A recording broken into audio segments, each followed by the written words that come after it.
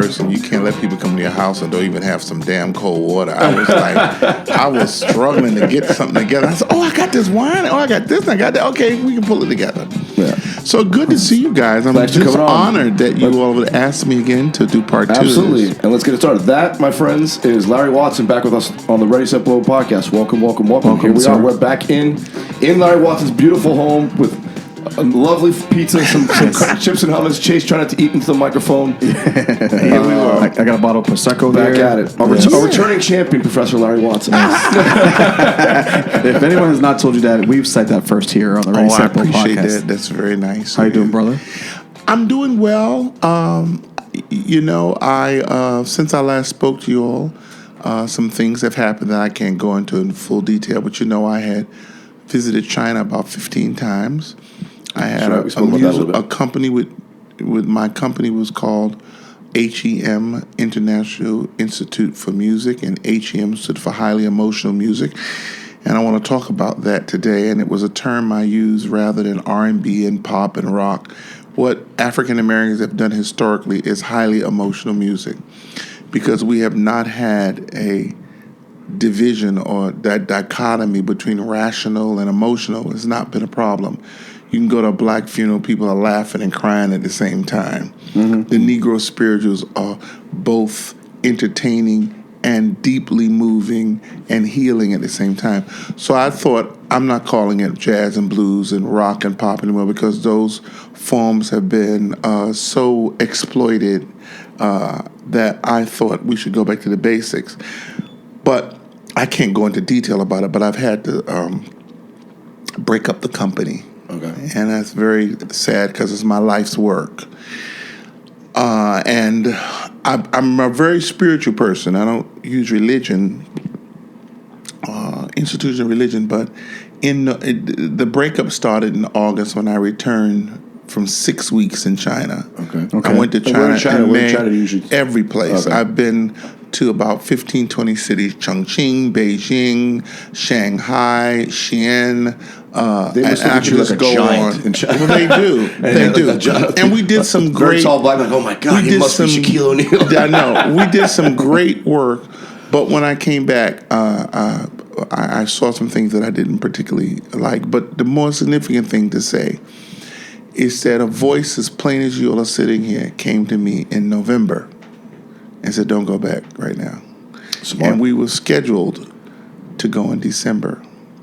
But I made it clear that I could not, in good consciousness, because of some of the ways some matters had been handled, I could not go back. I'm a person, a lot of people think you're fake. I really believe in integrity in your word. I agree. And when you violate your word or integrity with me, it's a big deal. It's done. Yeah, that's how I am the same way. It's no coming back. Yeah. There's no coming back. I can be forgiving, but I'll never forget it. But when it comes to that, because I give of myself so honestly and earnestly, if you ask me something and I can do it, I'll try to do it. And so I knew at that point I could not go back. And the voice was haunting. And then some other people who I knew went with this partner I was involved with.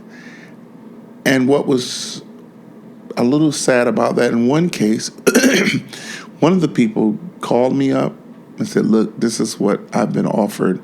And then he said, but if you tell me not to do it, I thought, oh, no, I would never say that. Yeah. But I appreciate that you at least called me. Yeah. The other person didn't call at all, who I knew very well. Mm-hmm. And all I would have done was just be very transparent. So anyway, so that meant that my musical part, which was going international, must now take another direction. And I had put my performance in my music on hold. Okay. Devoting myself to this project. So now I'm back again. You all are timely in this way. It's time for me at this point, as I'm close to retirement, maybe at retirement, to concentrate on my music. Individually my music, and concentrate on other ways I can spread that music internationally and domestically. So you think you're going to do a little more touring with it now that you might have more time coming up? I'm going to return to different parts of the world with the HEM Institute, Highly Emotional Music, but I'm also going to now, as an elder person, I kind of have more clout now than I did when I was younger. our artists today have no direction. And so older voices that are not judgmental voices necessarily, but mature voices that'll tell your ass when the shit is wrong. And there is a wrong and a right. I mean, there's shades of gray, but some stuff are just wrong in terms of the tenets of what the music I do is about. The music that I do is about functionality. It's about healing people and taking them to another level. In the process, you may entertain. But you all as artists, as well as I as artists, everything that comes out of your mouth, whether it's irony, whether it's blunt truth, its larger goal should be healing, in my view. Healing and also affirmation of good stuff. We've got enough bad stuff that we could dwell on that. But I don't want my legacy and my work to be circumscribed by toxic negativity all the time. Right. Now, sometimes what's toxic for one man is completely heaven for another, so I understand that. But I'm talking about when you just forget what Stevie Wonder and Donny Hathaway and all of those artists, Joan Baez, Bob Dylan, Sam Cooke, what these people were about. And history of students said to me the other day, Professor Watson on the midterm, what do you mean by history is preface? I said, you tell me. I asked you the question, what is the preface of a book? He held his mouth. I said, what does the preface of a book tell you? I said, well, you go and answer that, and then that'll give you an indication. I said, so what kind of music do you do? Well, I'm a guitarist, I think he said. I said, so then you're familiar with Cornell Dupree, and you're familiar with, and that's George Benson. And I mentioned his names, he wasn't familiar with none of them. That's what I've come to realize too, and I've been seeing a lot lately. These last maybe 5 years, like a lot of the artists are, whether music or comedy or different genres of art, they don't really know the history of what they're doing. Like they're getting to it because they're interested in it and they like it a lot, but they're kind of just steered and just in their own thing. You know? They're mimicking a carbon copy. Unoriginal. Yeah, it's just entirely unoriginal. They're taking the carbon copy and doing it badly. It's almost like laziness. You know, like if you have a modicum of talent, why don't you try and do something original with it instead of just fucking regurgitate the same shit that's on the radio already? Well, you guys may be familiar with this new platform. It makes me crazy. One of my students, she's almost going to sue me because I bring it up every day. Y'all familiar with this TikTok shit? Oh, yeah. I've been resisting. I'm resisting that. Well, I only know the part of it that's the musical part. The TikTok thing is that they cut your songs into 20 seconds. Okay.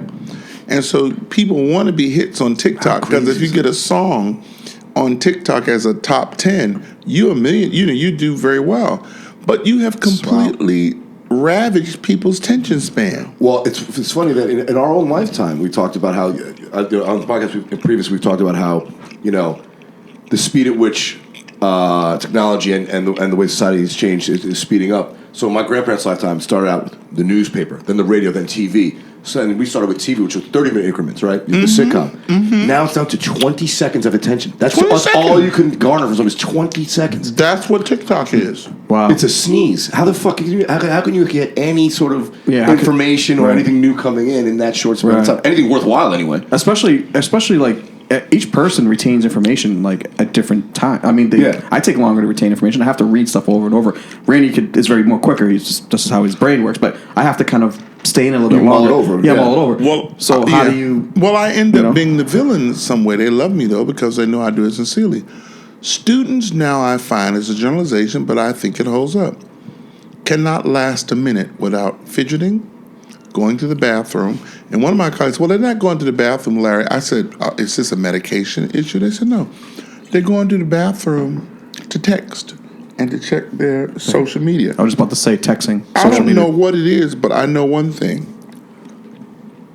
I teach all day, and if I have time, I go to the bathroom. Yeah. To do number one. I cannot see students any longer sitting through a 2-hour class. It's not possible. That is a fundamental difference from when we were in school. But I think it goes beyond that because if you think about it, I think about it, it's like when you get into talk about getting into flow states, when you're doing something you love and you're clicking all cylinders, when you're in the zone, 2 hours will pass. You look up like, oh shit, I got to go to the bath. I didn't realize I was holding. That's going away. So you can't even get them passionate enough to fucking pay attention to something they should like. Absolutely. And they can be in the middle I will be in the classroom, and in the middle of us getting ready to go to the next song, 2 people have gotten up and left the room.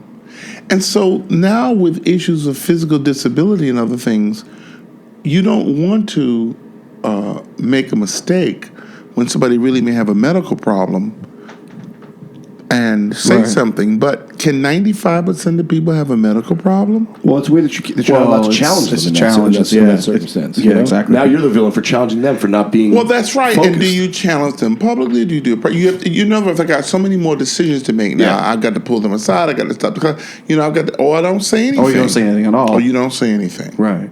But then when you don't say anything, who benefits there? Nobody. It reinforces bad habits. Mm-hmm. So now what I attempt to do is simulate what happens in an audition in LA or in New York. And I say the people you're going to be dealing with are not the same compassionate people like me. They don't care. They don't know you. They don't know who you are, and they don't care. Mm-hmm. And if you walk out or you in the middle of having anecdotal conversation, they're going to tell your ass to leave. Yeah, there's get out. 1,000 other musicians. Exactly. There's another guy, Chase Abel, that looks just like you. Right. Bald guy who's as hungry and will do it for less money. Exactly. So I stop. So one of the things I do in my first class is I come in at a music school and I sing this song. Business goes on as usual. The corn and the profits are high. And TV booms in every living room. They tell us what deodorant to buy. Business goes on as usual, except that my brother is dead. He was 25 and very much alive, but the dreams have all been blasted from his head. In a far-off land, in his own homeland, with a gun in his hand, he died in a war he did not understand. And business goes on as usual. There's plenty to choose from the rack. And rumor goes that the latest thing in clothes will be black. Business goes on as usual, as usual, as usual. Is that an original piece? No, it's not. It's a piece on Roberta Flack's album called Chapter 2. Okay. And anybody who's a vocalist or a musician or a jazz person today I am. should have listened to Roberta Flack and should know. But the more significant reason I sang it is when I'm finished, there is complete silence. And then I say, what did that mean to you? And I go to people to talk about it. Mm-hmm. And what was that song about? And most of them have nothing to say. Because they probably weren't paying attention. Well, that's part of it. But the other thing about it is it was a direct statement. Yeah. It was a direct in your face where your emotions were manipulated. The words were quite brilliant. The songwriter, I got to remember who wrote that. Business goes on as usual. And it came out during the time of the Vietnam War. And then students say this to me. They say, that is the first time in my Berkeley education that a teacher started a class singing. We're at a music school. That's insane. That's wild. Ooh. So now put all that together. And then you get the other group who are trying to evaluate the pitch and the tone. They have completely... They can't see the forest for the trees. They can't... Lyrics are irrelevant. And so when I started asking them about the song, it was very emotional. I love when you went up into the crescendo and you use your falsetto. I said, well, what did it mean to you? But they are so into the critique. They're so into the critique. And then I push them. I go back again. I sing it again, one line at a time. And then they believe the corn and the profits are high. Well, that's exactly what we're talking about. in politics today, will we elect somebody who is going to be sensitive to the blue-collar worker and the workers of America and the so-called elusive middle class? Or are we going to be, in fact, bragging on the fact that the economy is doing well? Well, for who? So this song was recorded back in 1970. 80, 90, 200, 210, 220, 50 years ago. Yeah. And TV booms in every living room. It tells us what deodorant to buy. Well, that's not run amok. It's completely... it's even worse. It's in your hand. The TV's in your hand at all times now. Exactly. That's crazy. So I am I'm beyond alarmed. I'm scared. Of where we're heading? Yes. Okay. And so it's all the more reason why I want to focus back on my music, because music is such a powerful vehicle for social change. And what has happened is the dominant group and those in power have infiltrated the music. And although I'm very respectful and love many parts of hip-hop, the most pathological and dysfunctional part of it was the part that really degraded humanity, and the part that really complimented and espoused violence for violence sake. And that was the gangster rap period that went crazy, and now the genre was being deliberately misinterpreted, is pervasive around the world. And it shows us everything. First of all, we compliment the hip-hop artists and that they completely undermined American aesthetics. Because white suburban kids and others love hip-hop even if they don't know what it's saying. And I may have mentioned this to you all when we did the last podcast. I did a movie, I Feel Pretty, a little part I had in the movie, Amy Schumer. Is that her name? Schumer. Mm-hmm. And the director of the movie came to the set. I don't know whether I said this in the and he said, Judd Apatow, I am, yeah, he's big director. Big time. He said, I'm such a hero in my family because I took my kids last night to see the rapper. What's the one that had the #1 album 2 years ago? Black boy that did the. He won all the awards at the Grammys. We'll say his name. Not the Weeknd. This is J. Cole. No. He won Album of the Year. Kendrick Lamar. Kendrick Lamar. Thank you. Yeah. Close though, right? Kendrick Lamar. And he said, I took my children to see Kendrick Lamar. And so Amy Schumer said, I don't think I'm speaking out of turn, how old are they? And he said, like 11 and 13 or something like that. Right.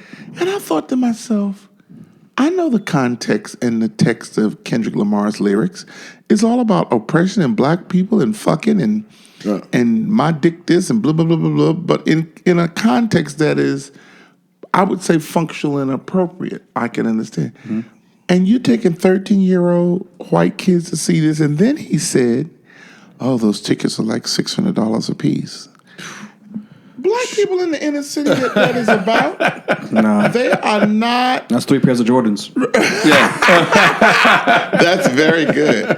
That's very good. And that's you shaking. Yeah. That's you doing. I was just adjusting this thing. And so I found that very disturbing because it was indicative of how mainstream America has co-opted this music that was supposed to be a music of revolution.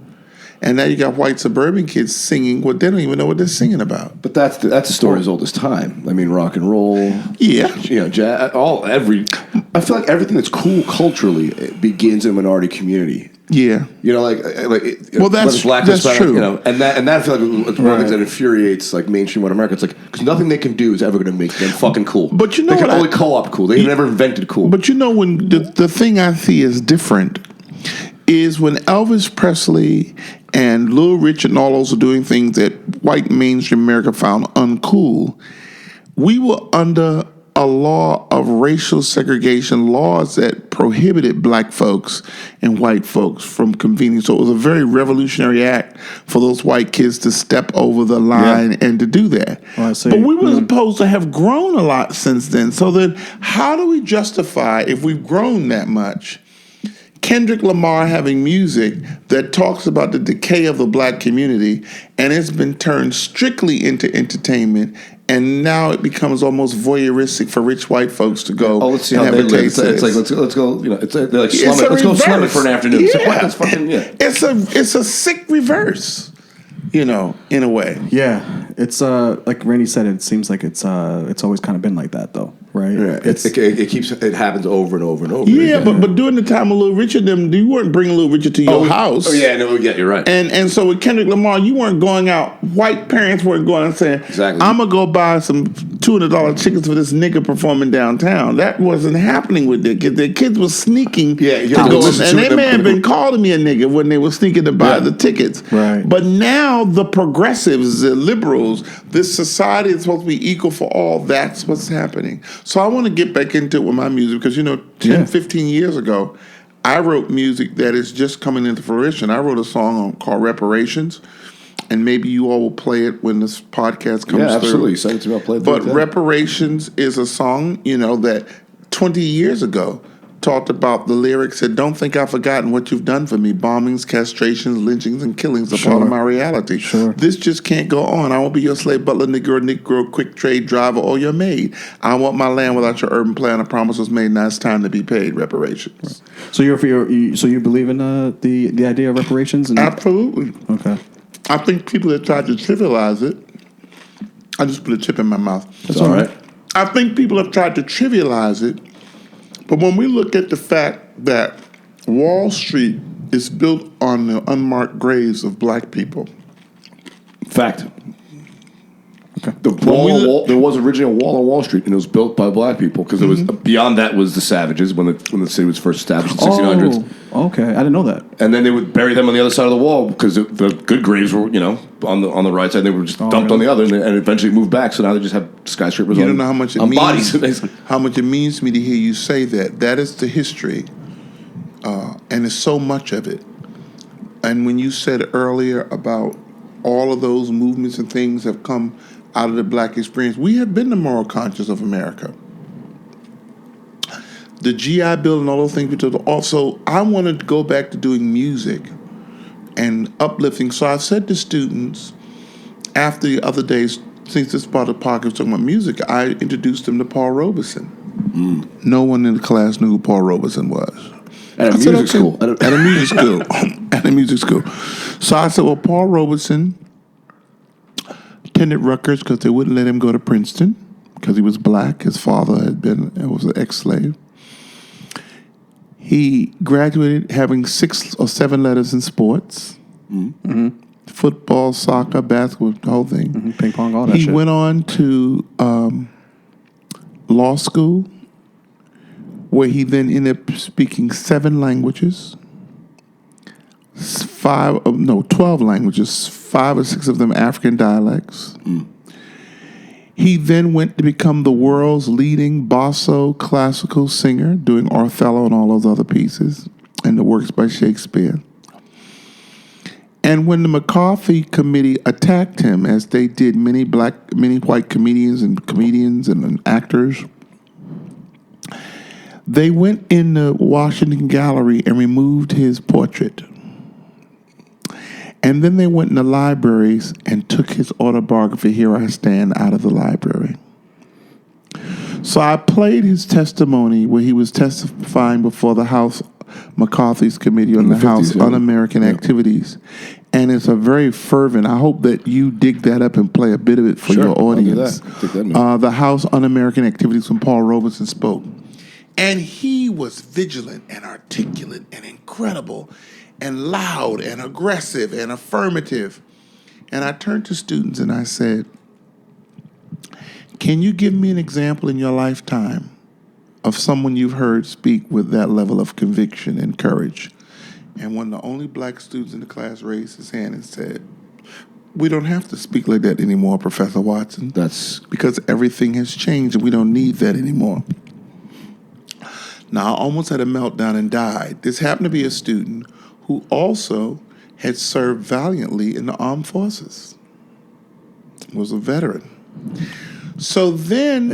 Ignorance spreads a lot quicker. Well, but you see, it's our fault. I think it's my generation's fault. It's easy for us to say ignorance, but they've never been exposed to it. They don't know. So then I said, complacency, almost. Who would you name? And a few students started to name the young woman who's the environmental activist. Oh, yeah, that young girl. What's her name? Thornburg, Greta Thornburg. Yes. And then I said, several of them didn't know who she was. Most of them didn't. Yeah. But the ones that did, I said, and what did Tangerine Man Agent Orange do? Made a mockery He of mocked it, her, and she has Asperger's, I believe. Yeah. Okay. So that's where we are. So I think as an older artist who's had some modicum of success, and it's difficult to talk about yourself, but sometimes you have to. Some of my colleagues at Berkeley, those who talk to me, have said, not to me, but to others, you know that guy. Larry Watson has maintained a name nationally and locally, and he never had a record company or agent or a manager behind him. And I have been blessed to sing for Nelson Mandela, for Desmond Tutu, for 3 Supreme Court justices, Wow. for Hillary Clinton, for President Barack Obama, for Elijah Cummings, who just passed away, and I could go down the list. I've opened for Al Green. I've been in contact with a great R&B singer, Gene Carn, and I've had the good fortune to have Tata Vega, who was the lead singer in the Color Purple movie. Oh my God, great movie. You remember that? Sister, you're doing me wrong. And God is trying to tell you something. She's on one of my songs on the second CD called American Fruit with African Roots called Half Empty Glass. Okay. And that song says sometimes when people say, well, you shouldn't look at the glass of water as half empty, sometimes the shit is half empty. Sometimes there's catastrophic things that have gone on in our lives, and we don't feel like anyone telling us, oh, it'll get better. It's terrible. Yeah, but that loss of hope, like you're saying, Well, that loss of conviction to speak up and say something. Well, I think that what you do is the song says, when that happens, you pour faith in your half-empty glass. I'm not talking about some institutional religion, but whatever your faith of that is, that's when you got whatever gets you over. Exactly. And so the song has gotten the kind of response that's unbelievable, but it's like a tree that falls in the forest. Since I haven't had the distribution and those people who control those mediums, I haven't been able to get this music out there, but it's timeless music. Yeah. And so with it being timeless, I'm looking forward to the next 10, 15 years of my life, this chapter of using that music and bringing it back out there to the public. Well, I think in a weird way, retiring would give you the freedom to do things that we wouldn't be able to do underneath a university setting. Right. You know? Right. And I wanted to ask you about that because, Chase and I were talking about it. We started to talk about it a little bit before the podcast, the atmosphere on campuses these days. What's that like from a professor's perspective? Because you hear about guys like Jordan Peterson and them getting the guy's face down Princeton in his office, where it's almost the students are almost so tolerant they tolerate intolerance. It's like you can't hear an opinion other than to just not let someone speak, to shut down a speaker who has an opinion other than us. So, but that sort of invades everyone now. So everyone's walking on eggshells. But how do you see that now? I think as a that's professor? a misnomer. I think that the better schools, quote better unquote, they're showing those shutdowns. But most students are rendered impotent. They're saying nothing. Yeah. Most of the students, I believe, in America, and I think my experience is a pretty accurate account of it, because these are artists and musicians. If anybody should be shutting something down or raising issues, it should be them. We have stripped them of their ability to speak to anything, and they have not had the tragedies that we remember in our lives, whether you're as old as me, because I'm old as the water, but whether you're old enough to remember the death of the Malcolm X's and the Kings and all I was a little boy. But even 9/11, and these kids have no concept of any of this. So they don't know how to fight. So those examples that the mainstream media uses are only the most extreme examples. Right. When somebody's come to campus and they're advocating killing Jews, or they're advocating that the Holocaust never occurred, or they're advocating that we put black people back in chains. This doesn't deal with the antiquated curriculum that most of the students in my class, to answer you in another way, when I ask them what is democratic socialism. In a class of 40 students, no one raised their hand. So this is what I told them to do. What I want you to do is go and get a book by Karl Marx, because you're in school and you're getting a liberal arts education. And I want you to take it in your bathroom and put it next to your toilet bowl. And every time you go in the bathroom to shit, I want you to read 5 pages. In my case, cry. And I want you. Same thing sometimes. And I want you to leave that book in there for a month or two and see how many pages you read. And maybe that's the only way I can get you to read something other than listen to your iPhone and doing something. I said, so just put it in the bathroom. And they looked at me like, just put it there. It is your shit reading. And just read 5 pages or 8 pages, because you're going to hopefully shit once a day, hopefully. Exactly, you better be. Yeah. So that's how serious it is. Yeah. So when students I don't allow students in my classes. I tell them we're serving fish in this room. If you want hamburgers, go next door. I don't allow them to bring their only if it's their original music. They can't bring covers, because there's not one cover or one song I've seen on commercial radio today that has the depth and the richness of the songs of the people like Stevie Wonder and the Beatles and Roberta Flack, and I could go down the list, Stevie Wonder and all these people who wrote songs. If you even take something as popular and contemporary as the Supremes, I'm a diehard Motown, and Diana Ross is a Supremes fan, and she's still at 75 kicking ass all over the world and looking beautiful. I mean, me and Randy talk about that all the time. Like that. I mean, that time period where Motown was relevant and Marvin Gaye. I want you to want me to exactly, but the depth of those 4 words. That's right. Take the Supreme song, "You Keep Me Hanging On." Oh, yeah. If you go through that song and you think about race politics or gender politics or gay politics in America, that song says, "Set me free, why don't you, baby? Get out of my life, why don't you, baby? You don't really love me, but you keep me hanging on." Black people have been hanging on, making this economy rich. Why do you keep it coming around, playing with my heart? You give me a Brown versus Board of Education, you take the shit away. Why don't you get out of my life and let me make a new start? So when I had to take my ass back to Africa, or we start to talk about those kind of movies, you try to stop me and say that's un-American. Let me get over you the way you've gotten over me. Yeah. Why don't you be a man about it and set me free? That song was entertaining. Right. That's Hollando's in But Holland. it was rich. It was rich with double consciousness and another meaning. So it was social, it was political, it was economic. You don't get that today. I saw a sign that kind of, I saw it somewhere. Two black kids, little kids, probably picture was taken maybe in the 60s or 50s. It said, "Pro-black is not anti-white." Right. Yeah. Right. You know? Exactly. You know what I mean? So, but young black kids, they believe it is. That's one of the saddest things out there is sort of the self. They've been taught to self-inflict wounds to themselves. Absolutely. In a way that's unfortunate. To love black is to be anti-white.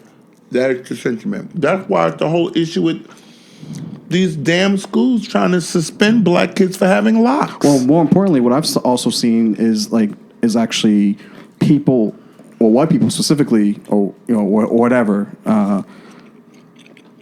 Because the attempt of it will probably hurt so much that they will just ignore the fact that color doesn't exist. All in all, like they'll just say, "Well." Oh yeah, I don't see color. I don't see color. No. I don't see depth in color. You must be blind. It's like great. Another term that's so weird to me. Cultural appropriation. You can't do that. I appreciate your culture. It makes me a thief. Exactly. That's ridiculous. We should take the best aspects of everyone's culture. This is ludicrous to say you can't have this part. You can't have tacos because it's right. What the fuck are you talking about? Like exactly. Yeah. Mm-hmm. And this is the sad thing that has happened. It's out of context, and everything is out of thing. Because I was one time. I didn't mean to cut you off, but there's one example. I have one. You're gonna have to cut my ass off. The 3 of us fighting over words.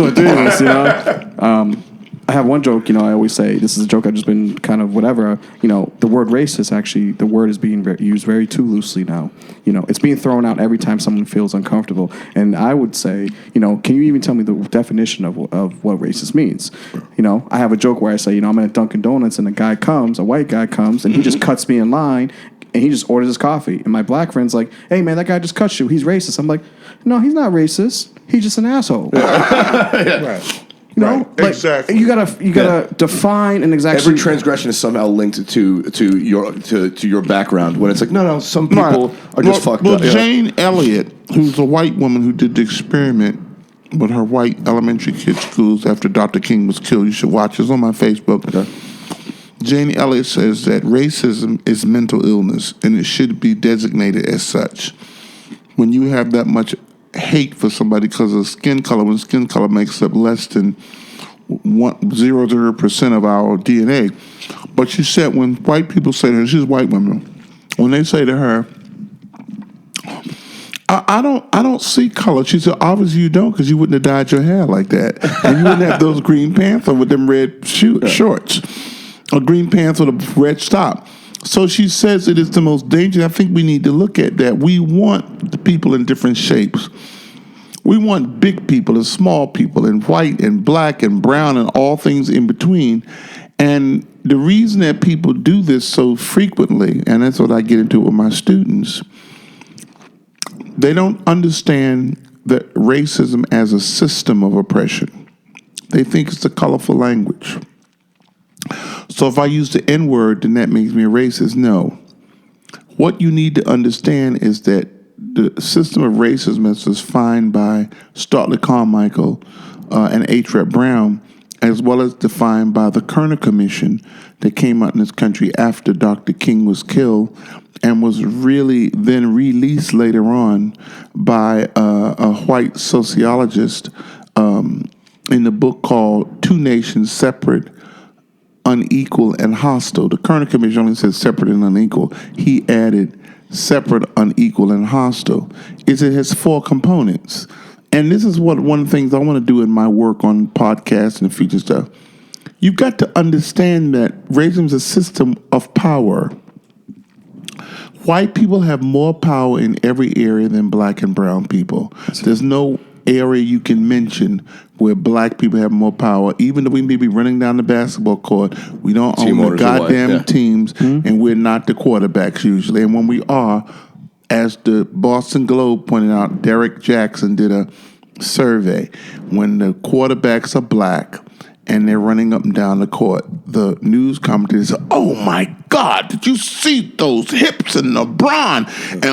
And they almost have an orgasm talking about it in a physical sense. Mm-hmm. But when it's a white quarterback, wasn't that visionary? Wasn't that brilliant? Then it becomes a thing from the head up. So power, white people have more power than black people in everything. Can you define power, though? Economic power. Yeah. Political power. Okay. But it's cultural power. But it's also, I think it's worse than that. Water power. Yeah. Flint, Michigan. But a select few white people. It's an even smaller group within that group. But the other big group of white people have what some have called privilege, but now... Well, they have a hope that I'm on this team. At least I have a shot. That's ridiculous. That's they treat you just like they treat everyone downstream. Your shit. Yeah, I want you to also on the podcast look at a video called Free White in 21. Okay. Because I showed it to my students every semester, and that was a phrase said in America all the time. I'm free white in 21. I'm free white in 21. All throughout Hollywood, I'm free white in 21. I'm free white in 21. And so when we talk about, yes, only a few white people have that kind of economic power, they had whiteness, or they have whiteness up until 2040 that's coming up. Yep. When 2040 comes up, then the shit is over because black and brown people will be in the majority. That's why minority rule now. Yeah, right. I mean, there's a reason why Trump had less votes. This is the last election with this bullshit. Yeah. But other than power, the other one is resources. I can't go to a library and find something about my own child. White people have more resources, access everything, education. And access to education, anything you define as resources. Then becomes standards. My child got to cut his fucking locks.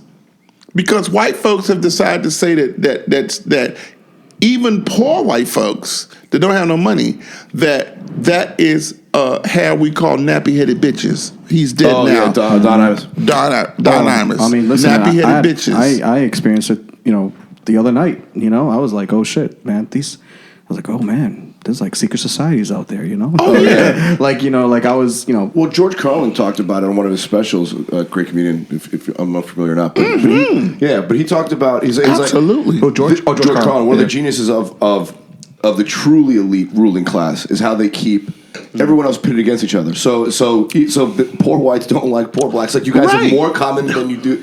And they explain society in America, the way the class system is. He's like, the rich, you know, make all the money, pay none of the taxes. Right. The middle class pay all the taxes, do all the work. And the poor, or they scare the shit out of the middle class, keep showing up at their job. Right. And it's one of those things, like, oh, you know, at least I'm better than you. Right. You get stuff down, and it's fucked up. That's exactly right. It really leads to making bad decisions, because believe it, poor whites and poor blacks have a lot more in common. Absolutely. Than the race thing. But for whatever reason, they hang them up on that, so you can't get past that to realize they're both getting fucked by the same group of elite white people. Absolutely. Yep. Mm-hmm. And then that last category is defining the problem. Oh, yeah. White people define the problem. The problem is terrorists and they're Muslims and they're dark. When in fact, the statistics show that most of the domestic terror in America has been by white boys. So you have to take those 4 power resources, standards, and define the problem. Then you have a racist situation, because it's like communism, capitalism, racism, sexism. It is a system. And we have been dumbed down to have white and blacks and others fighting over stupid shit. But the scraps. But the social constructions are real. Yeah. I think I may have mentioned y'all, I may not have. When my mother was a little girl, did I mention y'all, I took my mother to see Bamboozled? Yes. I think I told that story. She said, I don't know nothing about that. I never knew segregation. We were like, woman, we will slap you in your face, your old black ass. We went off on my mother, and then we did what we should tell everybody to do, whether they're at a comedic show, and listen. Yeah, I'd say that a lot. Listen to what she's saying.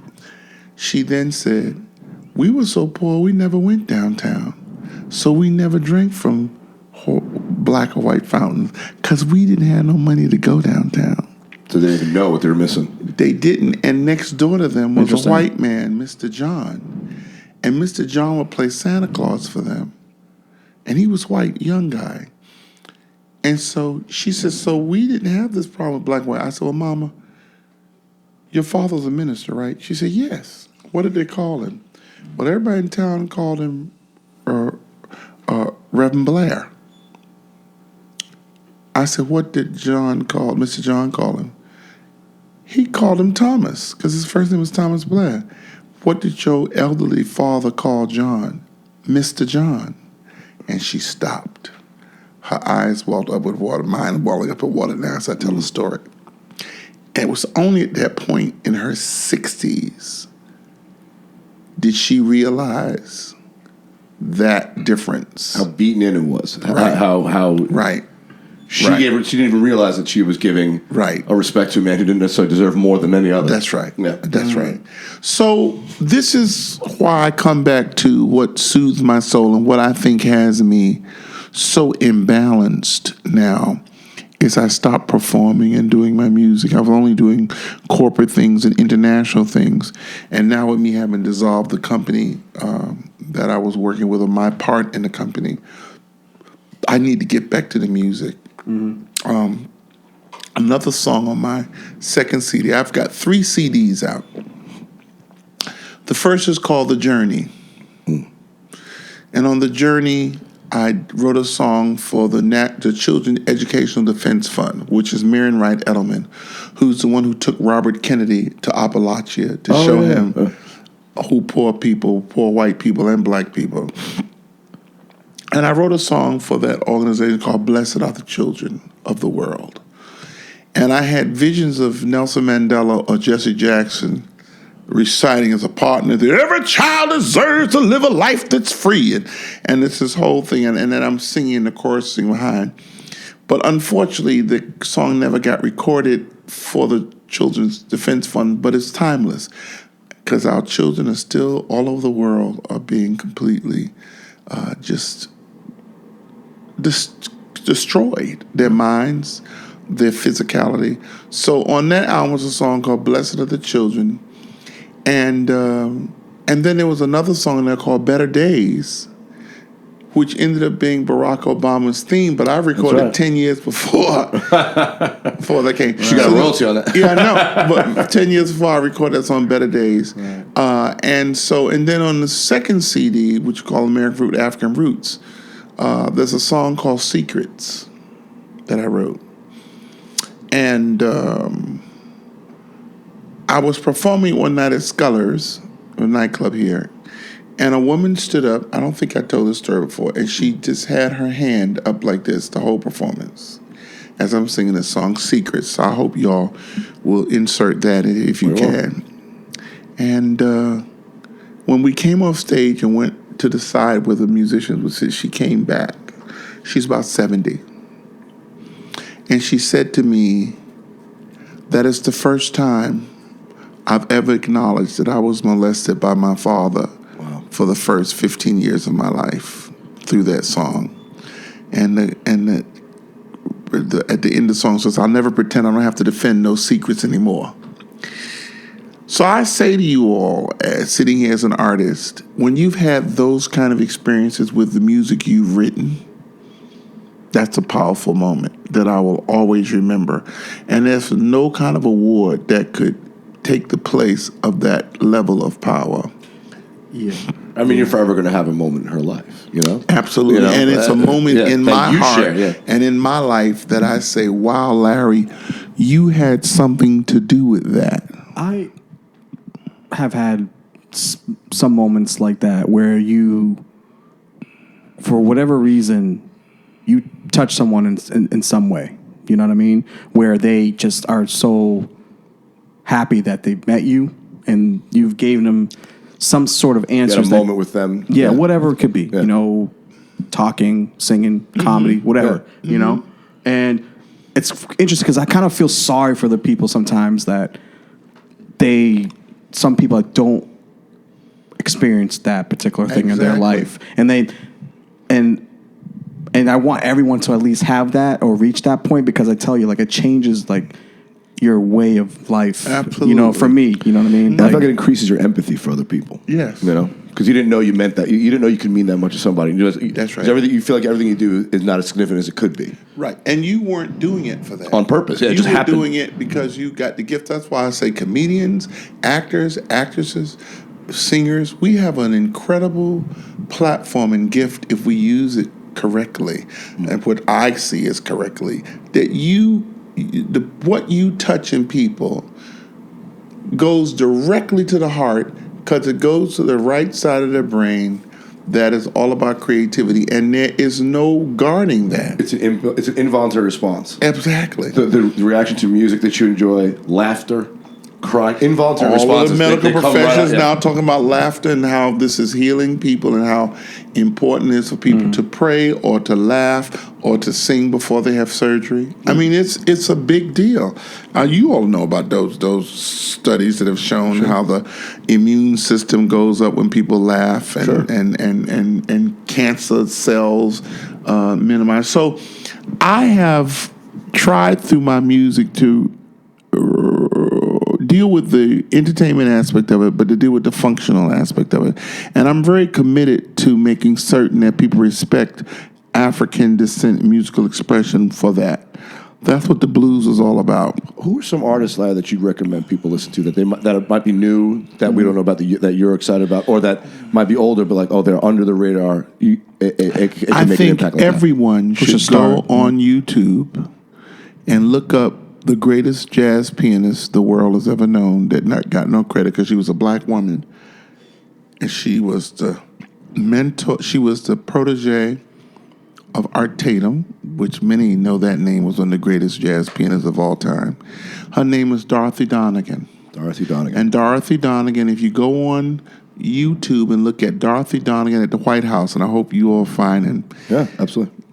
Everybody is shocked. Berkeley music students don't know her. They don't know her. And when they watch her play, they pick their faces up off the ground. Mm-hmm. She only wanted in her life to have a TV special, play with a classical orchestra, and that only came right before she died.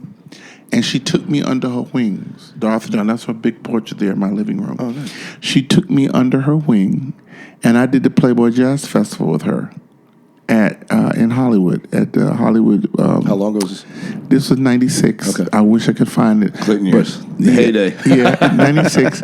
At the Hollywood, the Playboy Jazz Festival at the Hollywood Bowl. Oh, shit. That's a big-ass gig. Serious gig. And it was some serious shit. I made my vocal debut, but let me tell you how I made it. Dorothy said, "Larry," she was a clown. "You got to come on out here and see me at the Hollywood Bowl. They're featuring me this year. I'm the lead." You know, she was she was booked, promoted over. This is the keynote. Wynton Marsalis. Yeah. She was the principal performer that year, and so we fly out. Me and this woman that I knew, we fly out to California. And when we get there, we said, well, we might as well get fly. So we went in the bathroom, and I put on one of these incredible African robes. I call it my Nelson Mandela robe because I wore it when I performed for Nelson Mandela, and I've only worn it once or twice after that. There you go. And we rented a big Lincoln Continental. Sure. And they so were we big drive, in 96. Yeah, they were big in 96. So we drive to the backstage of the Hollywood Bowl, and they let us in. And we say, yes, we're VIP. We're VIP. And so we go up, and we get out the car. And people are clearly looking at us because we really are a spectacle. We really are like, you know. Yeah, giant black guy and a dashiki. And she's a big, buxom black woman. And so we get out. Her hair was this high. Yep. And so we get out. And we go up to the door. Yes. I'm Larry Watson. No, she's asking me. Yes, this is Larry Watson. Miss Dorothy Donegan is expecting him, and Dorothy's playing. We hear Dorothy. Don't. She's playing her ass off. And the woman looks at the list. I'm sorry, you're not on the list. Faces were cracked. Our faces were broke.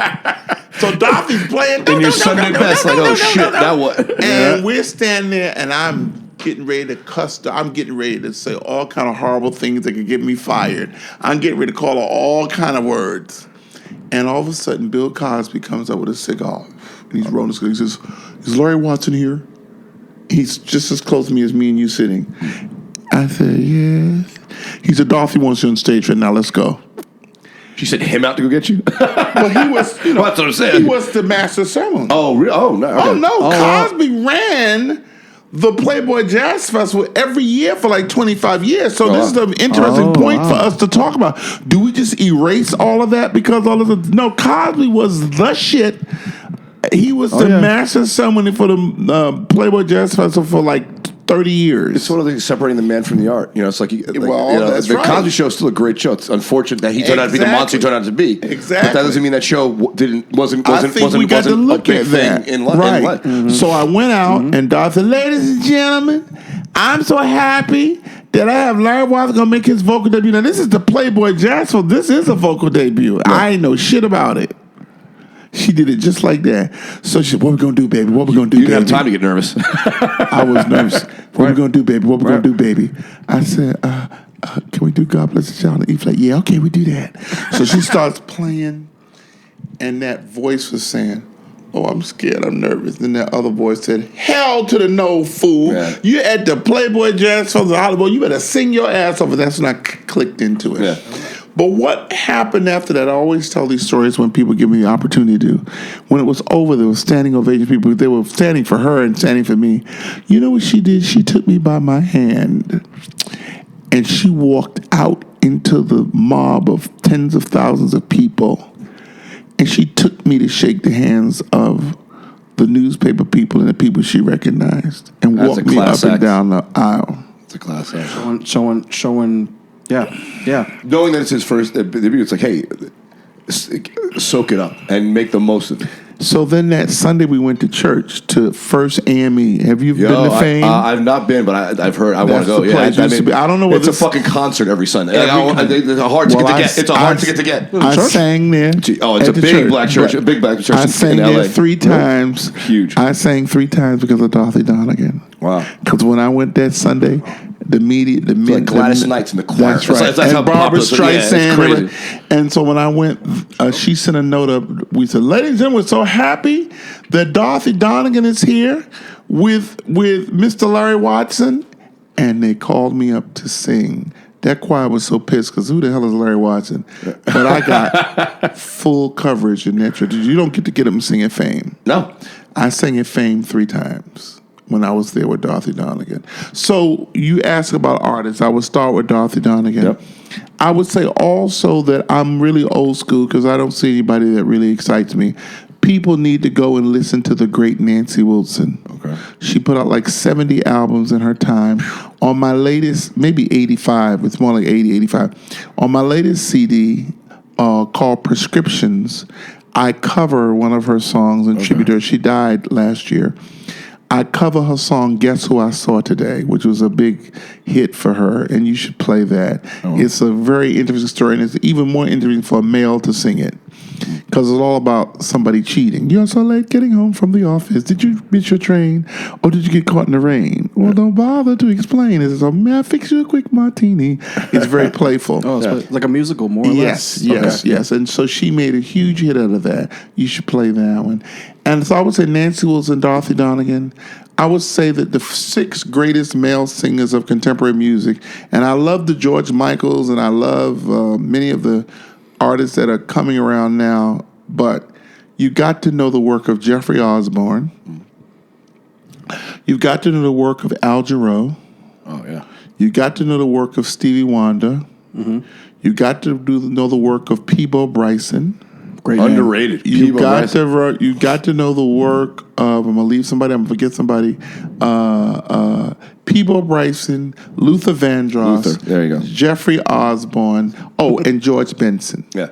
George Benson. Those are the singers of the 20th century males. Yeah. Now, there are others like George Michaels and then the Tony Bennett's. But those everybody knows people are George Michael. classic. I'm asking for a little bit below Right, here. but I'm saying Peabo Bryson has far more credentials and credibility than a George Michael. People don't know Peabo Bryson. Did you do a lot of writing too, didn't you? Yes. Yeah. Okay. And when you listen to Peabo Bryson, there's no voice like that. How do you just real quickly, if you could shed light on how do you also John Legend is just an an ordinary man. That album's with fantastic. an ordinary voice, right? But it's wonderful. He's the best of his lot. John Legend and Beyonce are the best of their lot, but that's not saying a lot. Yeah. That's not John Legend's fault. It's not John Legend filled a gap. He's the most musical, one of the most musical people out there. But when you look at John Legend's legacy and you look at Stevie Wonder's or you look at Jeffrey Osborne, this is night and day. Yeah. I was gonna say, Larry, what do you if you could add real quick, like obviously we're talking about a lot of like social issues and economic issues dealing with the black community and black people. How do you also incorporate Latin, Afro-Latin community into the mix and people who share because they have a voice as well too. Well, let me say about that when I'm talking about African descent music, I am talking about that. We are talking about that. Okay. Because we're talking about Celia Cruz, who is a Cuban woman who's known Tito Puente. We're talking about Santana. We're talking about all of those groups because this is the bottom line.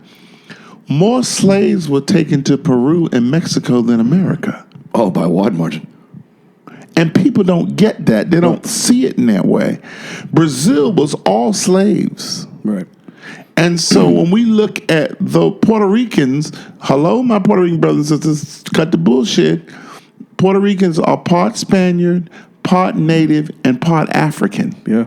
I just had to cut somebody out today online because they were some stupid black minister went off on people burning frankincense and incense that was worshiping the devil and blah blah blah blah blah blah blah. And so I wrote, was he worshiping the devil when he was having sex with a woman outside of his marriage?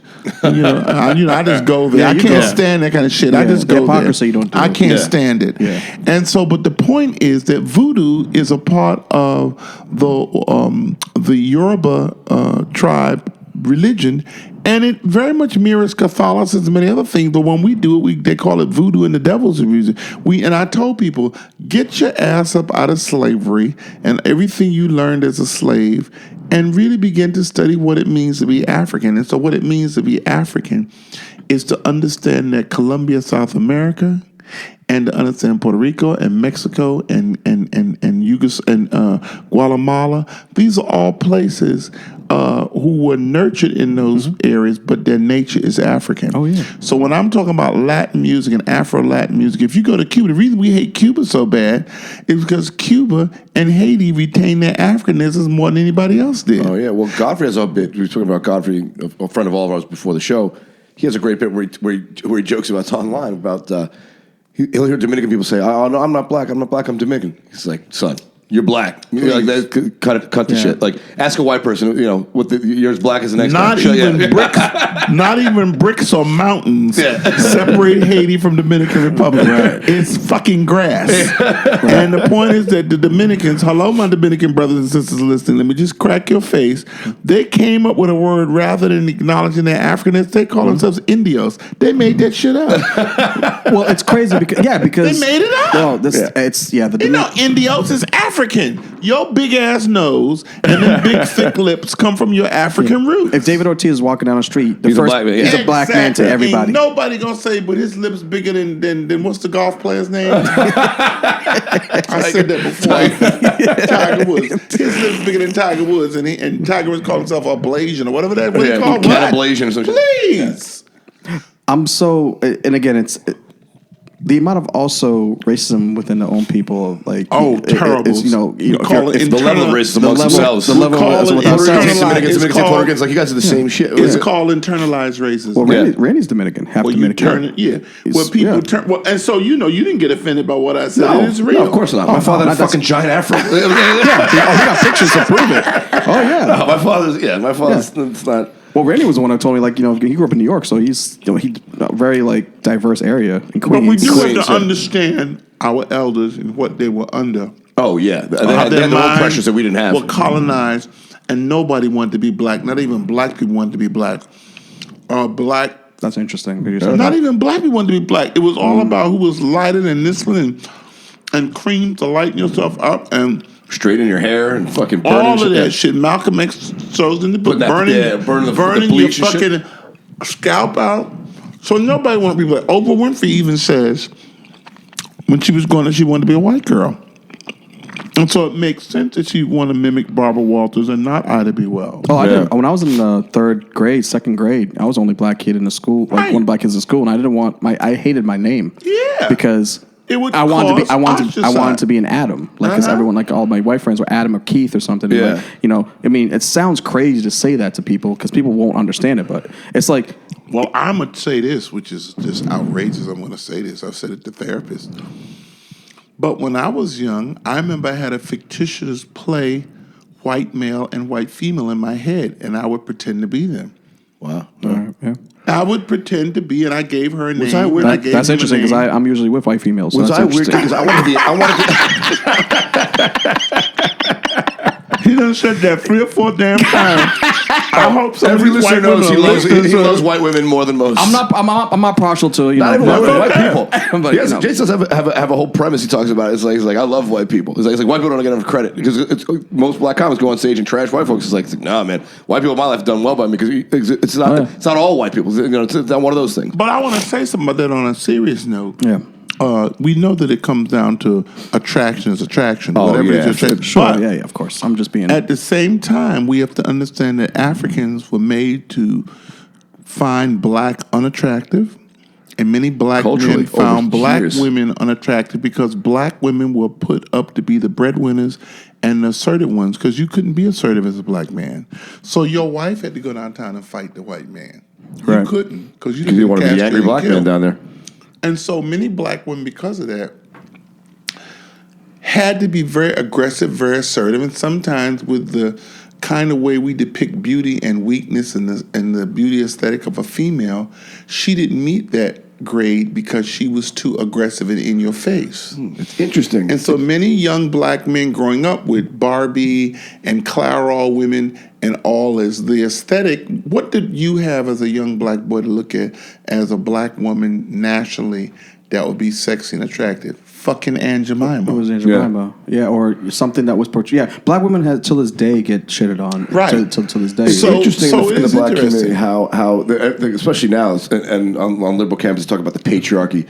But in especially Black American society, it really is a matriarchy. The Black women control the entire way things are. It's always Big Mama, right. But at the same time, they're at the bottom of the rung when it comes to the economic job. Way worse. So way worse. It's just a sick. They know that Black women will decide on this next president. Well, Randy, you That's your what last I job. Do is politics. So your last job in So I worked for. I was an executive at Ashley Stewart, the Plus Women's Clothing Company. Yes. The largest employer of Black women in this country. Yes. 98% of the employees are Black women. Most and of them the people buying the shit. And they're loyal. They show up and they pay cash and they pay up front. And it's the only place they feel safe, which is why those stores in Ferguson, Missouri, when they fucking torched the city in those riots, we're at the mall where the riots started. Right. The only store that wasn't broken into was Ashley Stewart. Because mom's gonna be pissed. She comes from church, and that's what's fucked up. That's so right. I left it alone. We didn't pay. We don't think about those kind of things. That's a brilliant point. Yeah. That's you see, so when young Black adolescent males start dating, they shied away from. I think they're intimidated by Black women. I'm gonna say something else too. I don't know how X-rated. I don't know how. You can say whatever you want. But I discovered this years ago, but now it's old news. Oral sex did not become discussed in a mainstream way in the Black community. Richard Pryor talked about it in his humor. Yeah. I was a young teenager, and when he started talking about it, Black people would listen to it at 1:00 at night with the doors closed so the kids couldn't hear it, and they laughed. Red Fox didn't do that much talking about condoning oral sex. Black women, in many instances, saw something like oral sex as something prostitutes did. Looked down upon, right. No now, they may have been doing it, but they didn't own it. It was not owned until Richard Pryor started talking about eating, blah, blah. Yeah. Now, in high school, I'm older than you. I gotta go with the old man shit again. When a Black girl said she had sex, she had vaginal intercourse without a condom.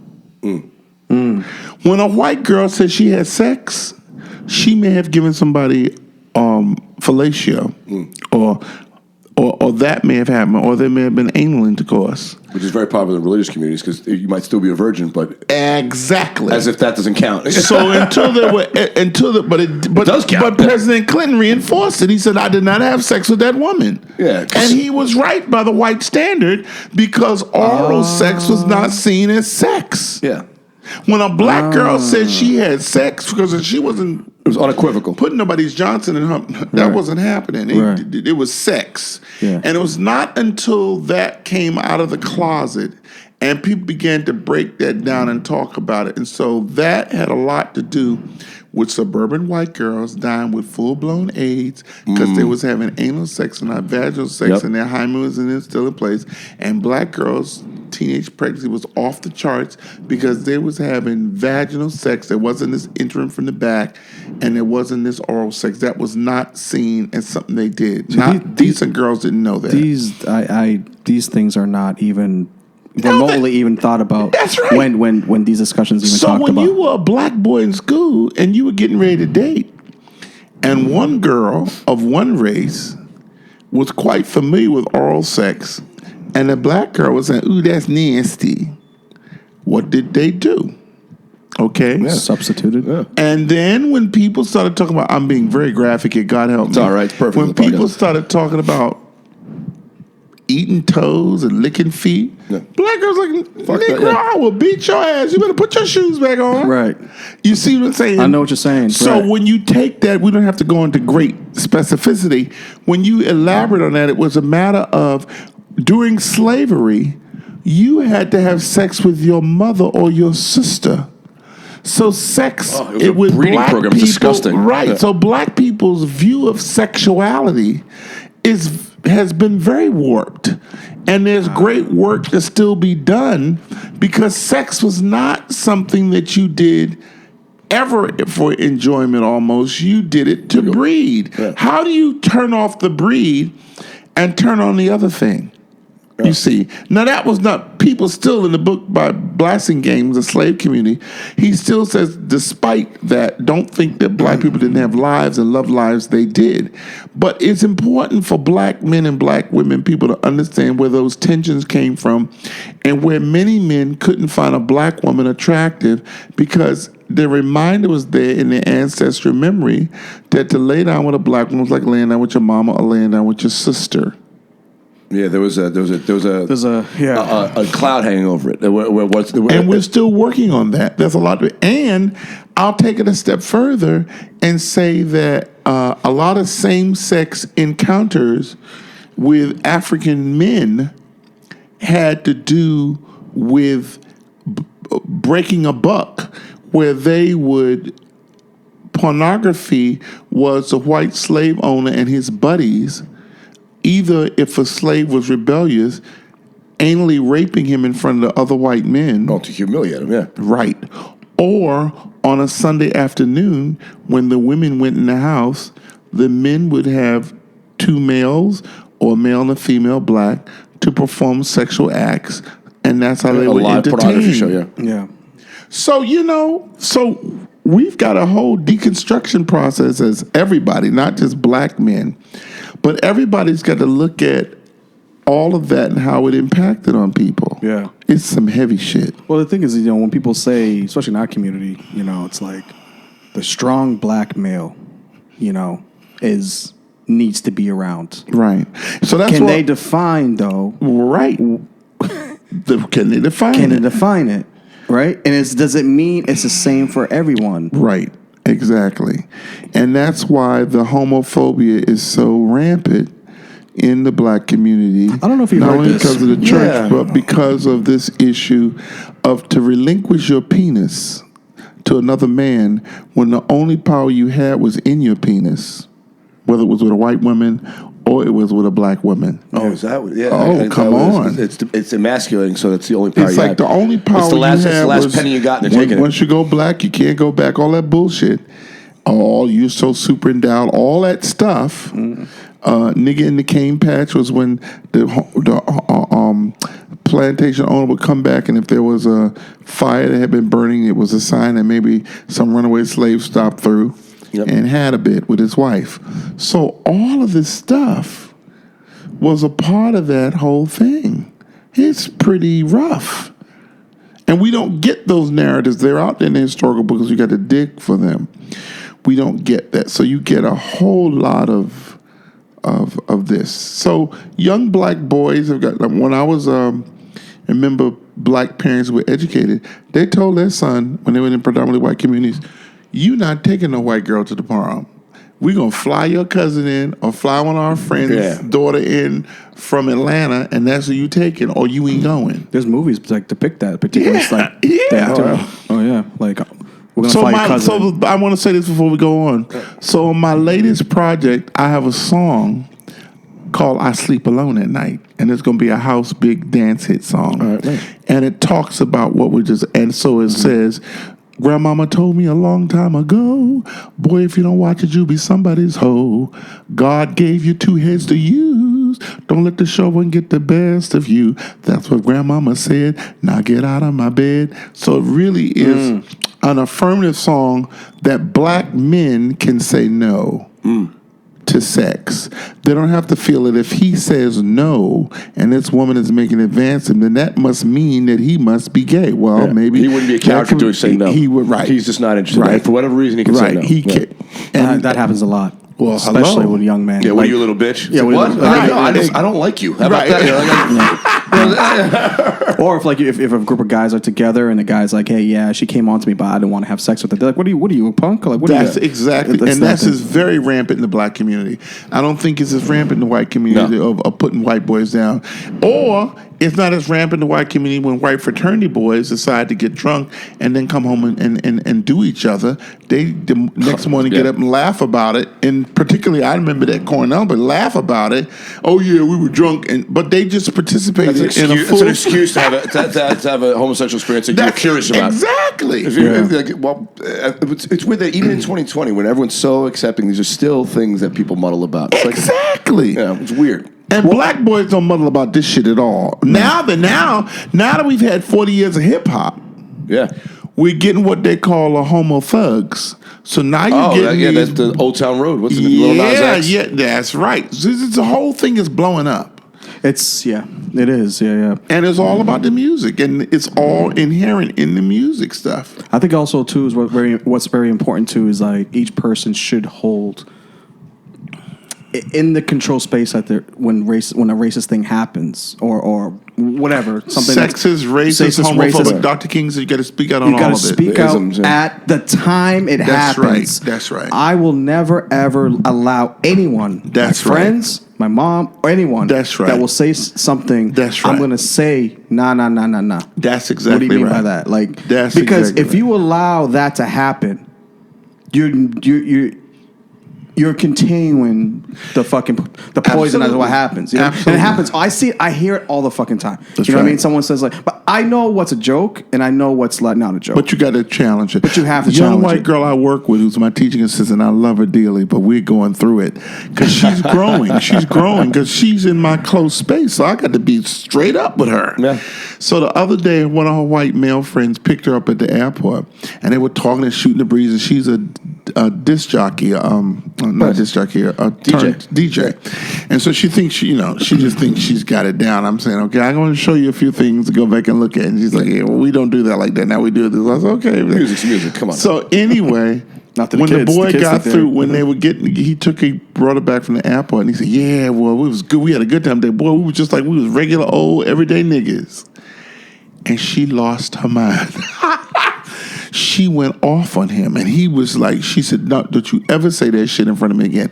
Now, part of it was her own sensibility, but part of it was also her working with me. Yeah. And then she finally realized, like you just said, Chase, you got to nip it in the bud at the moment it starts, no matter what it may cost you.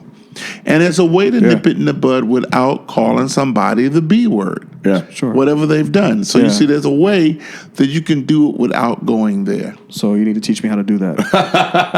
Well, no, because my delivery sometimes is not like. That's okay. I go a little bit too much, and I say some shit rainy sometimes, but no, so you gotta this, and he reels me. I'm like, oh, I should have fucking like said. I'm gonna say this to you about what I just said. Whatever you decide to do is valid, provided you're willing to pay the consequences for what you just did. Yeah, but I'm not trying to, But so, if you feel this is worth it, I'm going to cut your ass out. But if you got to jump, is it true? Is it necessary? Is it cruel? And so sometimes when you get some stupid white person or some stupid black person says something stupid, you getting ready to go to your job.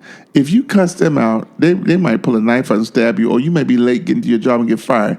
So it's not worth it to go off like that because they're just not worth it. That's what I'm saying. Okay. So if you find yourself doing that, then you got some issues with conflict resolution. Because they're different. Different gears that we have to move when we're driving our cars. We'll tear the fucking transmission up. Yeah. Well, I don't know if I had that written on my forehead, but well, my therapist. Well, she doesn't know she's my therapist, but I heard podcast therapist. Yeah, my podcast therapist. She said the same thing yesterday. But my bottom line is whatever way you choose to deal with it is valid. But I want it to be provided that you are willing to pay the consequences for your actions. Yeah. Okay. There's a cost. Right. There is a cost. Yeah. And so it could be friendship. It maybe could be. It could be a job. It could be time where you say, "I'm gonna let this go," and let her deal with it. Or like you with one of your white friends, they don't say shit. Sometimes you don't say shit, and then you cuss their ass out later on. You should have said something. It wasn't my job.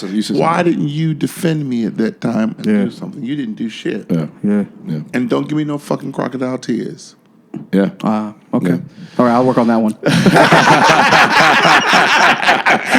That's the part I got to work on.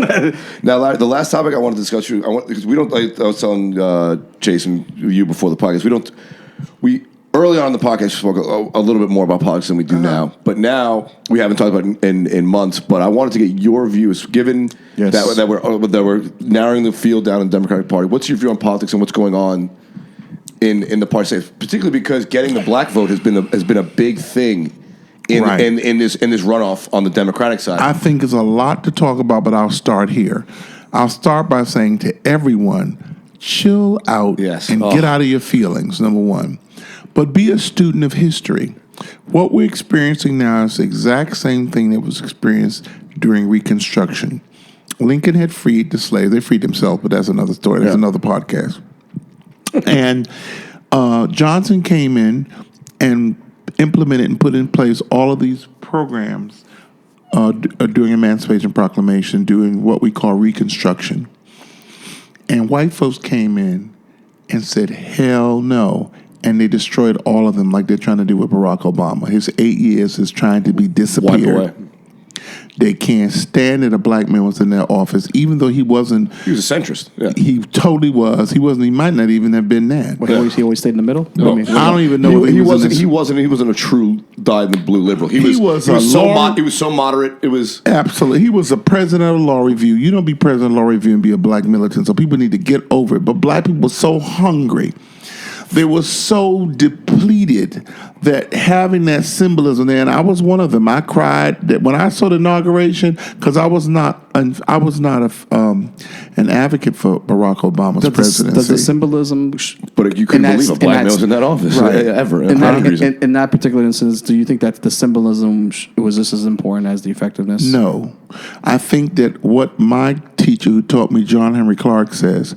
Black people had the attention of the world during the Civil Rights Movement. And we went to the party and all the pageantry and forgot to do the work. We should have been about the symbolism, but we should have done the work.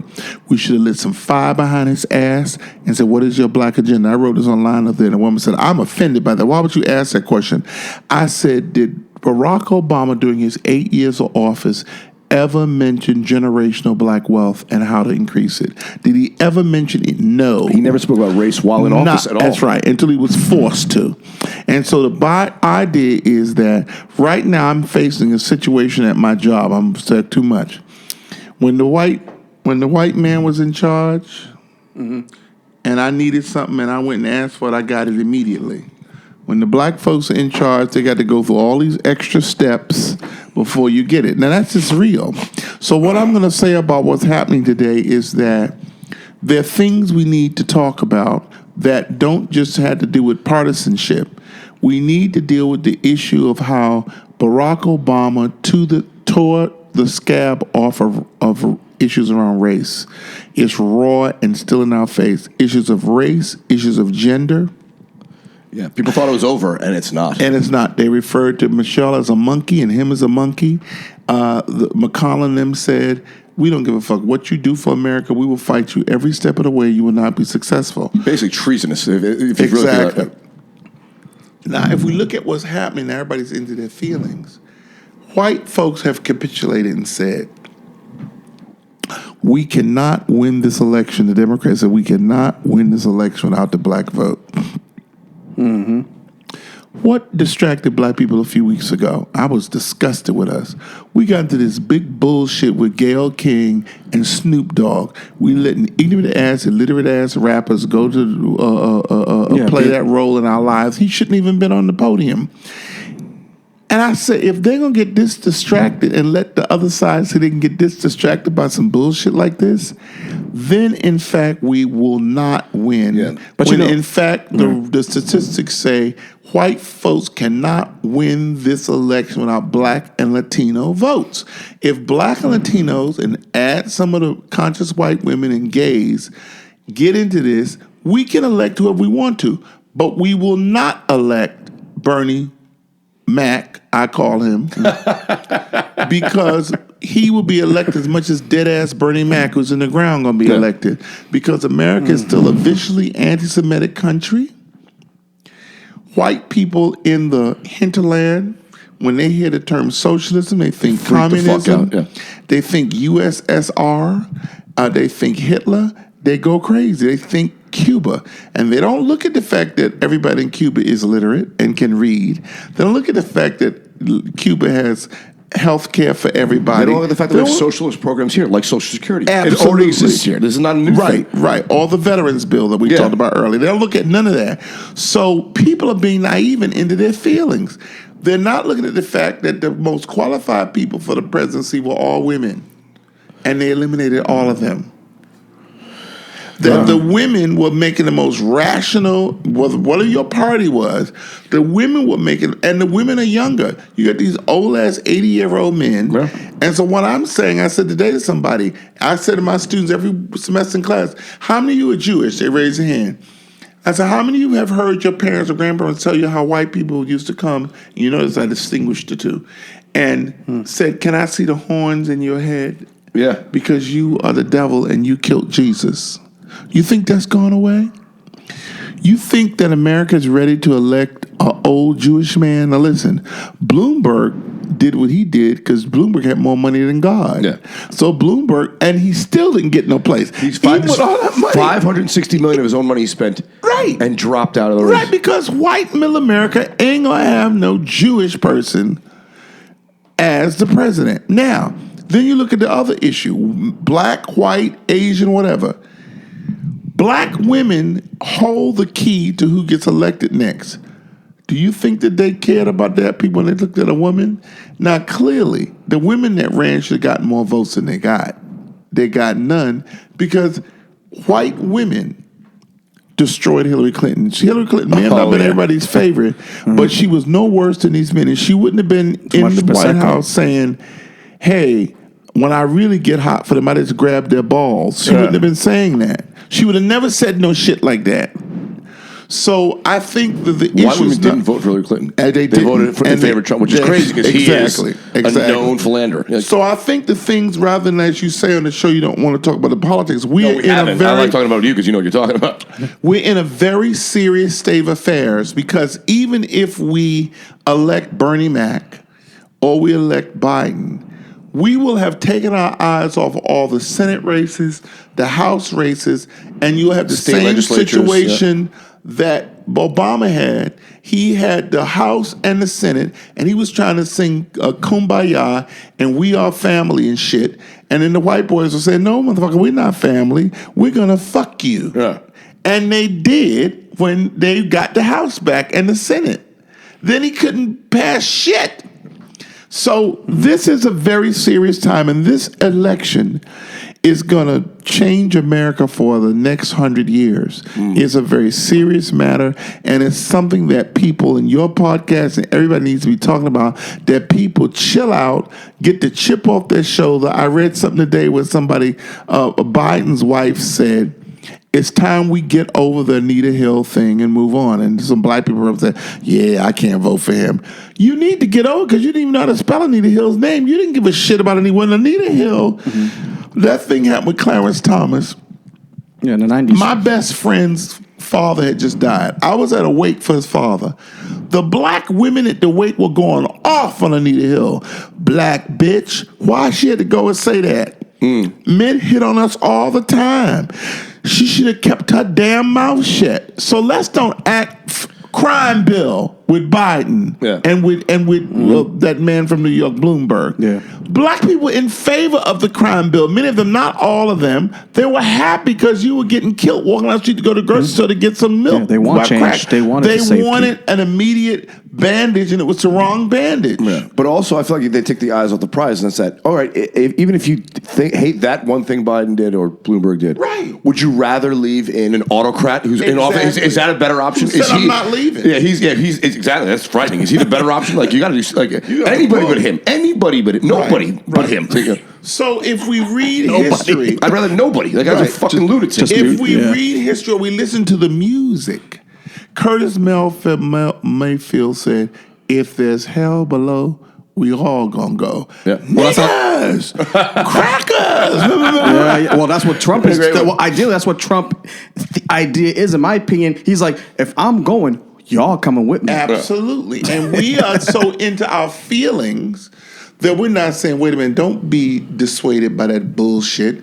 Let's know that anything would be better than him, and then let's be at this point in our galvanizing. Let's intelligently ask ourselves the question, can Bernie Mac, Bernie Sanders, and I don't know, if Bernie gets the nomination, I will take a leave from my job and go into some areas that are turn states and advocate for him. I will vote I will try to illegally vote twice. But the point is, the way the Democratic machine has surrounded the wagon, they have made it very clear we ain't supporting a Bernie. We don't have to. And so you notice how all these people all of a sudden Buttigieg and all of them dropped out. Warren dropped out. All of them dropped out.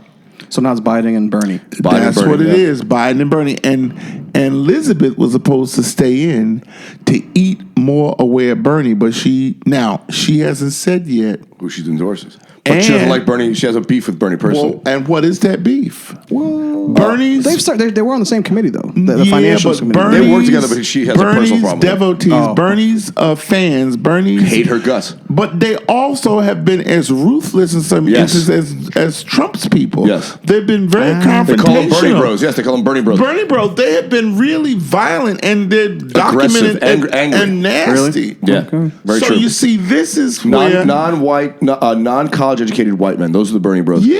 50% vote for him. Yeah. And they're the same neurotic, fucking extreme. Than Trump's... it's just, it's two sides of the same coin. Something that's very conservative becomes radical, and something that's very radical becomes conservative. You mean on the backside, yeah. Yeah. Do you know what me and Randy said? Well, Randy came up with this. Randy should probably be a campaign manager. He should be. But, well, he's a lot of things he should be. But, because he's fucking very good at a lot of things. But, so are you. I'm learning. No, let him wash my balls some more. Doesn't happen I a like lot. it. Let him. Yeah. It's usually Randy, you fucking idiot. Okay? Love you, kid. But he said something the other day. We were talking about who would be the ticket, the vice president ticket, and I was like Michelle Obama. It was because you get the black female vote. They motivate people. They would turn on her so bad. You she would never think so? do that. She would never do. Oh, that. I don't think she wants to do it. I think it would be good for the ticket. But I don't think she would do it. I don't think it would. I think that you would be surprised at would her have written that book now and made multi-millions? Yeah, her $500,000 speech tour. Oh my God, they would just. I think too. But again, the alternative solution. No. We have enough talent in America. We don't have to go back and do fishing the old pond. Refurbished Negroes. We don't need to do that. Kamala Harris is just as good as Michelle Obama. Kamala Harris, yeah. Oh, Kamala?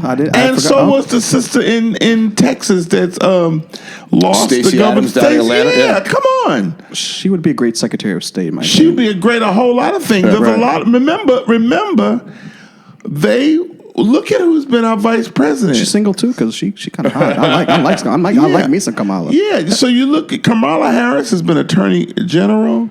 She's been she's done a lot of stuff. And I think that another thing to consider is Biden and what's her name just dropped out. Warren. Yeah, I think they would. Because then the women would. You get the female vote. The female vote you would get, and she was the most articulate. She's the only one who actually had actual plans. She had plans. Yeah. And why did she not? Because I think she's a woman. I think she's a little woman. She also didn't get enough momentum. Why didn't she get momentum? How could Buttigieg get momentum? Well, no. What I think what happened was that she was more liberal than the centrist faction, Absolutely. but she wasn't Bernie. Bernie sucked up all the far left. So then it was Biden, Buttigieg, her, and Bloomberg fighting over the centrist, and one of them had to go. And the reason she should have become president was when she fired Bernie's ass up in them debates. Oh yeah. She said, "Did you say that a woman?" And then afterwards, they had the mics on. They didn't know it. She got hot. Yeah. And she went up and said, "Did you just call me a liar on?" Right. No, I she is the shit. Okay. But she is a woman. And the same way with blacks who go to business school. What do they tell white boys when they go to business school? To make it, you got to be aggressive, assertive. You got to do extraordinary things that are non-traditional. What do they tell black boys? You're too aggressive. Your same qualities make you fail out of business school. Don't make waves. Do you remember years ago, y'all may have not been here, there was a black man named Lonnie Gilchrist. And Lonnie Gilchrist had an MBA from the University of Pennsylvania. Right. And Lonnie Gilchrist was tall, big, and black, dark-skinned, with keloid bumps on his face. And every job he got, top of his class at University of Penn, he get fired by these white boys. Because what do white boys with MBAs do? How do they make their money? They play golf. When he would come on the golf course, nobody would talk to him. And so finally he get fired like the 8th job.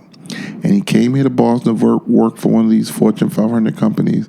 And the white man every day was cussing him out. You ain't shit. And Lonnie Gilchrist went home, came back with his gun, loaded to the gills, killed that man in his office, then took the gun and beat him with the gun while he was dead, and then spit on him. Wow. And walked out the office. And that's what is the case in terms of the sexism and the racism, that it's just a surprise that a woman hasn't done it yet. Yeah. Well, women are very they're mothers, they're compassionate, and all that. But they're human, they're capable. But it's coming. Yeah. It's coming. Because some of this shit, some of this sex, some of this shit with that man who screwed all this women. At the same time, I said, but then y'all have to shut me up. Wait a minute. We all know that even though that was atrocious, you knew when you went in that damn room, some of you, that if you gave it up, male or female, let's not leave the men out of this. Yeah. Oh, yeah. Do you think that old pervert would, You let it happen because you knew to give up a little something, you was going to get the part. So let's don't all act all self-righteous like we didn't know all what was going on. It was wrong what he did. I'm not condoning that. But it was not unknown. But let's stop acting like, what? There was everybody knew Cosby had a casting couch. There was a female actress, I forget who it was, who was commenting on the Harvey Weinstein when it first broke, and she's like, it's horrific. He's like, but same thing. She's like, but let's be honest. There's 40 accusers of this right now. It's like, how many women working in Hollywood went into that same room, did what they had to do, and got a big starring role, and didn't say shit, and now are off living in their mansion in Malibu. Absolutely. It's horrific what he did, but there are women that use that to their benefit, and no one ain't saying shit about it. And how many women, and this is going to get me in trouble too bad, applied and got accepted to Wellesley College of Music, and they were going to get a degree called the MRS degree, Mrs., because they knew we were going to meet a man from Harvard, meet a man and leave, and their whole objective was to do that. Now it's wrong, but let's look at what we put, the role we put women in and men. I know right now 3 men, and I won't say the names of the directors, but they're the biggest directors in the business, and they went after these boys they saw something. People can always see fragility. And these were supposedly heterosexual straight men. But when those people with all that money and all of that clout came after them with Learjets and limos waiting, and all they had to do was what they had to do, please. Yeah, the shortcut. Yeah. One of the I'll leave it this. One of the most powerful scenes in cinema that I saw was the other day. Was a scene in Lean on Me. Yes, the movie with Morgan Freeman. And who played his boss? Is it who played Benson? The original Benson. Oh yes. Guillaume. Robert Guillaume. He's dead now. Now that's the first break Jerry Seinfeld got in the business. In that movie. No, was on Robert Guillaume's show when he was on Benson. That's right. Yeah. And for those people, the listeners out there, Larry was on last time. We know that you was his roommate in college, Jerry. But one of the best scenes in cinema was those two. I don't know if you remember that scene where they're arguing when Morgan Freeman was on this tyrant of firing teachers and everything, and black teachers too, like in that movie. And what's his name? The Gary Leon, Robert Guillaume. Robert Guillaume was his boss, and they're arguing back and forth because he's his boss. He's calling him, like, I brought you in this shit. You're supposed to do this. You're supposed to just be, just like you said, you're the black man in this all white pretty much thing. You have to just stay your course. Don't do too much. Right. And he's like, well, you know what I do. I'm trying to shake things up. Right. You didn't hire me not to be me. Yeah, that's exactly what I said, Randy. And then they're arguing, they're fighting. He's like, well, but nigga, this, blah, blah, blah. And then the scene ends with Robert leaves the room and comes back. He's like, all right, let's go get dinner. Right. So after all the shit that we can argue and stuff, we can still coexist with respect. We have no choice. But that's what we're facing right now. And so we got to look at the possibility. Suppose Biden doesn't make it, but God forbid, suppose he has a heart attack. What are you going to do then? I'll step up. You gotta run some Corey checks on me. I think it's going to be very interesting who he chooses as his vice president. He's going to have a strong person, man. I believe they should all announce now. Might as well. Yeah, before they even, Why wait? Because I think Buttigieg would get a certain level of vote, although I found him boring in this way. He had studied every Barack Obama speech. People even wrote critiques on it. He sounded just like Barack Obama. He had gotten all of the antics down. It was a little too much. too polished in a weird way. It was like, all right, come on now. It was too much. Well, we will see, right? I know. We'll see. A couple more months, we'll find out. If it's hell below, we all gonna go. And on that note, folks, that's the episode for Thank you this so week. much. The fantastic Larry, Mr. we love Larry having you Watson. on. Thank you so much for inviting us to your home again and for doing this with us. I love you always look all forward to very it. much. And LawrenceWatson.com. LawrenceWatson.com is where you can get my music, and SaveOurselvesProductions.com. And I will give you send me so you can play those links. Send me a track that you want to play us out to. So I'll play one of your songs on the way out. Absolutely. Yeah, we'll do that. Thank you so much. Thank you so much, Larry. So you plugged all your stuff and everything?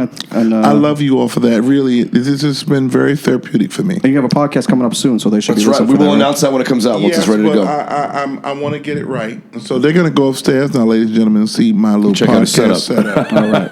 All right, guys, that's it for this episode. Thank you so much for listening. We love you guys. This will probably come out in 2 weeks because we've backloaded this a little bit. So I'll be at the Tempe Improv the 27th to the 29th of March in Tempe, Arizona. And you got your dates in Lincoln? Is that the next one? The 15th. So Lincoln, that's Massachusetts? No. Lincoln, Nebraska. It's gone. It'll be by the time this out. This will be already gone. Beyond that. Okay, yeah. So that's the end of the month. But ideally, I probably will just be in South Boston with my Prosecco. Chasing white women all over Newbury Street. You got to give me. I got to be more. I really want to come and spend a night with you at one of your shows. It's all right. Oh yeah, we'll get him out to a show. I want to do the same thing. Yeah, we'll get you out to a show. I'll be coming out to LA soon. Let me know. Hook you up. All right, guys. That's it for this episode. We love you guys. That's it. Thank you, Larry Watson. Thank you for listening. Peace. Lift every voice and sing till let heaven ring. Ring with the harmony of liberty. Let our rejoicing rise high as the listening skies. Let it resound loud as the rolling sea. Sing a song full of the faith that the dark past has taught us.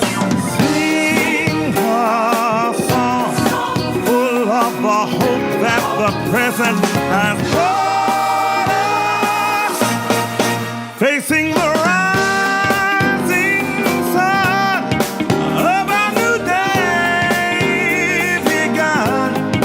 Let us march on till victory is won. Till victory is won.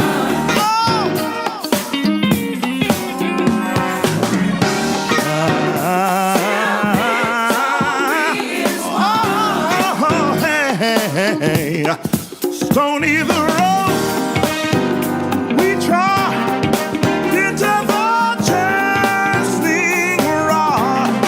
Shelter the days when hope unborn had died, yet with a steady beat have not these weary feet come to the place for which our fathers died.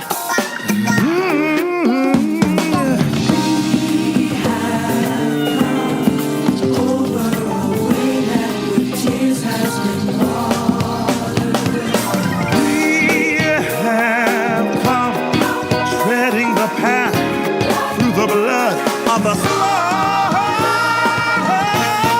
out from the gloomy past till now we'll stand here at last, true to our God, true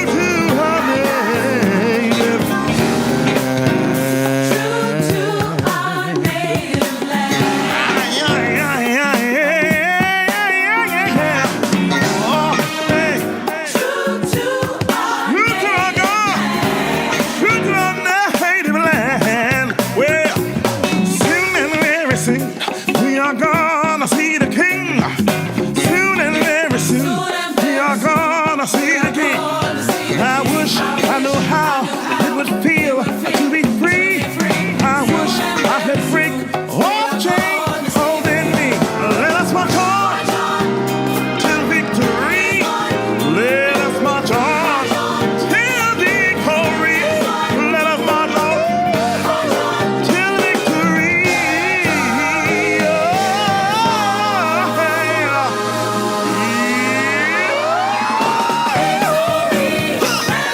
Come on, glory, yeah. Victory. I want some victory.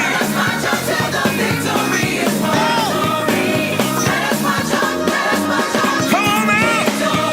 Victory. Oh, yeah. Come on. Oh, yeah. I don't want nobody. Give me another. Open up the door. You get myself. Hey, yeah. Hey, yeah.